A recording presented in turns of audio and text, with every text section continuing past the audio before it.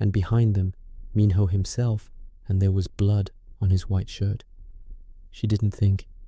She stepped into the corridor and said, "What happened?" Everyone stopped. The security men looked at her with flat, startled faces. Minho turned his head and looked at her. "Go back to your office," one of the men said. "He's bleeding." "Go back. It's fine," Minho said. His voice was even. He was looking at her with an expression she couldn't read. "It's not mine." She didn't ask whose it was. She went back to her office. She sat at her desk for a long time, staring at her screen without seeing it. Later, when she was getting her coat to leave, she found a small envelope on her desk that hadn't been there before. Inside was a gift card to a coffee shop near her apartment, a significant amount loaded on it, and no note. She stood there with it in her hand for a long time.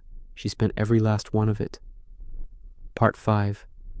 The night he first said her name. It was her birthday in November. She hadn't mentioned it to anyone at the office. She wasn't the type to make a production of birthdays, and besides, she didn't have close friends here yet. She'd moved to Seoul from the States 2 years ago, and her social circle was still thin and provisional. She spent the day working, which was fine, and in the evening she changed her shoes and took herself to a restaurant she'd been meaning to try, a small place in Mapo that served good jjigae and poured generous glasses of soju, and she sat at the bar by herself and ordered too much food and told herself she was content. She was mostly content. She was walking home, hands in her coat pockets, when her phone buzzed with a message from an unknown number. "Happy birthday." She stopped walking. She stood on the sidewalk and looked at the message for a long time. Then she typed, "Who is this?" The response came after a pause that was long enough to feel deliberate. Someone who noticed. She put her phone in her pocket and kept walking. Her heart was doing something undignified. The next morning, Minho appeared in her doorway at the usual time. He was wearing a dark navy suit. He looked at the design she was working on and said 2 things about the typography, both of which were correct. Then, as he was leaving, he stopped with his hand on the doorframe and looked at her and said, "Aliyah." It was the first time he had used her name without any formal distance in it. It landed differently than she expected. Softer, somehow. More dangerous. "Yes," she said, keeping her voice even. He looked at her for another moment. Then, "Get some sleep." And he was gone. She sat very still for a while. Then she turned back to her screen.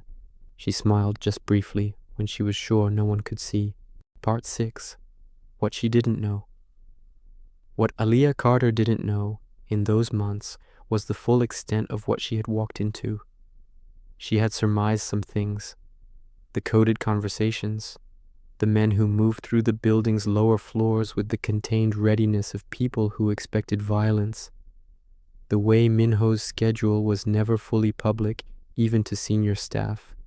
The way certain meetings were attended only by people whose actual roles were never listed on any organizational chart she had access to. She had surmised she was working for a man whose business interests were not entirely above reproach. She had not surmised the full scope of it. Jong Minho had inherited the Uigong organization at 23 after his father was shot in the parking garage of a Busan casino. What had been a regional criminal enterprise, loan sharking, protection, a piece of the port traffic, he had spent 5 years transforming into something more sophisticated, something with legitimate tendrils extending into construction, hospitality, technology ventures that actually turned profit. The violence still happened, because in his world it was occasionally necessary, but he had made it rarer and more precise. A scalpel where his father had used a club. He was, depending on your vantage point, either a criminal who had learned to look like a businessman, or a businessman who had never fully escaped his inheritance. His lieutenants called him the Duke because of the quality of his coldness, that aristocratic remove, that sense that he was operating from considerations more comprehensive and more patient than anyone else in the room. He had not, in 5 years, permitted himself anything that looked like personal attachment. He had a reputation for this. The men around him knew that he visited women occasionally. He was human, after all, but always in arrangements that were careful and bounded and left nothing behind. He did not date. He did not spend more than a night. He did not have anyone's photograph in his wallet or anyone's voice in his head when he was trying to sleep. He had not, until approximately 4 months ago, found himself standing in a woman's office doorway 9 minutes after he meant to, and still not leaving. His head of security, a solid, weathered man named Choi Dong-hwan, who had served his father before him, had noticed. "The designer," Dong-hwan said one evening, when the office was empty. Minho looked up from the document he was reviewing. "It's notable," Dong-hwan said, with the careful neutrality of a man choosing his words on a minefield. "What is? How much time you spend on the 40th floor?" A silence that was several degrees below room temperature. "Your point," Minho said. "No point. An observation." Dong-hwan picked up his own stack of papers. "She seems like a good person." Minho said nothing. "That's not always easy in this world," Dong-hwan said, and left. Minho sat alone for a while, looking at nothing. He knew what Dong-hwan was really saying. He knew it was true. He also knew the complications it implied, the ways a person like Aliyah could become a liability, a pressure point, a vulnerability in the architecture of a life he had spent 5 years making as structurally sound as he could. He sat with it for a long time. He did not stop appearing in her doorway. Part 7. The date. It was a Friday afternoon in December, and Aliyah was in his office. This had become a semi-regular occurrence. Minho had taken to having her come up to the 42nd floor to review larger projects, which she suspected was partly pretext and suspected herself for suspecting it, because the alternative was admitting something she wasn't ready to admit.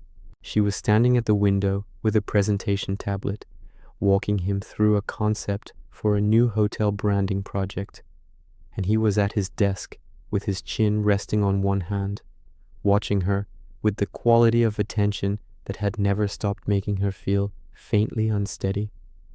She finished the presentation. There was a pause. "It's strong," he said. "There are still 3 directions I want to explore. I trust your judgment." She put the tablet down on his desk and started gathering her materials. He was still watching her. She tried not to notice and failed. "I should go," she said. "I have something tonight." She said it casually, the way you say things when they're not significant. It was not significant. Her colleague Lee Jun-soo from the design team had asked her to dinner, a second invitation after a first one she'd declined 2 weeks ago because she'd been busy. He was pleasant. He was interested in her. She had decided to go, partly because she was aware that she had been spending her mental energy in a direction that wasn't going anywhere, and Lee Jun-soo represented the normal world, the sensible world, the world of regular people who didn't have blood on their shirts. She said it casually, and something happened in the room. It was like a sound had been cut off, like a current she hadn't known was running through the air had been switched. She looked up. Minho had gone very still. He was still in the same position, chin resting on his hand, leaning slightly forward. But all the quality had drained out of his expression.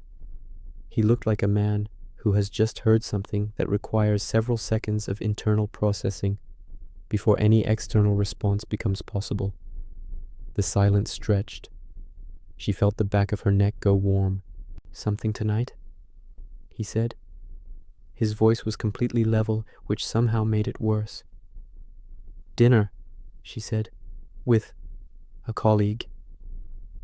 Another silence, longer. He reached slowly for the cigarette case on his desk. He opened it. He took a cigarette and placed it between his lips and lit it with the lighter from his jacket pocket, a process he carried out with the careful deliberateness of a man who needs something to do with his hands. He took a long drag. He looked at the window. He exhaled. Then he turned his head and looked at her and said, very quietly, so quiet she had to almost hear it more than she actually heard it, "Cancel it." The word dropped into the room like a coin into deep water. She stared at him. He met her gaze. He didn't look away. He didn't explain or elaborate or dress it up in politeness. He just looked at her with those dark, measuring eyes over the curl of smoke from the cigarette and waited. Her heart was doing something she would need to have words with it about later. "I don't think," she said carefully, "that's Aliyah," just her name, low and direct and containing a volume of meaning she was not prepared to parse standing here in his office at 5 in the afternoon. She breathed, "You can't just say cancel it." "I just did. That's not—" She stopped, started again. "You and I haven't, we don't, I work for you. That's a problem I'm willing to solve. By firing me." Something almost like amusement moved briefly across his face. "By ceasing to be your employer." She looked at him. He looked at her. The cigarette burned slowly between his fingers. "You don't do this," she said. Not an accusation, a statement of something she'd surmised. "You don't," she gestured vaguely. "This." "No," he said, simple and direct. "I don't." "Then why?" "Because," he said, and paused, and she had the impression of someone choosing a word with great care. "You are the single most disruptive thing that has entered my life in 5 years."